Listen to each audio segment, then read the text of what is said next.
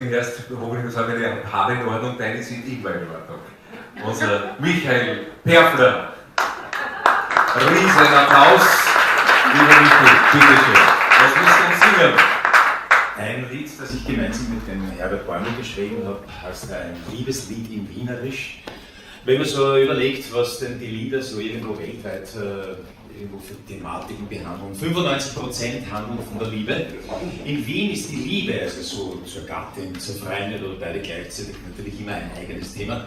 In Wien redet man mehr über die Liebe zur Wiener Stadt, Liebe zum Wein, Liebe zum lieben Gott und so weiter. Und das habe ich eben in diesem Lied verarbeitet. Ich freue mich auch, dass mein lieber Kollege Franz Beetz da ist, mit dem ich auch eine gemeinsame monatliche Präsentation von Wiener Liedern mache. Das heißt Wiener Hetz und Raderei. Und da lade ich auch immer Akkordeonisten ein, mit gemeinsam dieses Programm zu gestalten. Er selber, der Franz Beetz, ist ja jemand, der Kontragitarre spielt, also ein sehr übliches Instrument für die Wiener Musik, das eigentlich sehr, sehr schön ist. Aber ich freue mich auch mit dem Roman Theodorowitz, so heißt er, dieses Lied heute zu präsentieren. Und wie gesagt, der Liebeslied passt gut in den Mai hinein.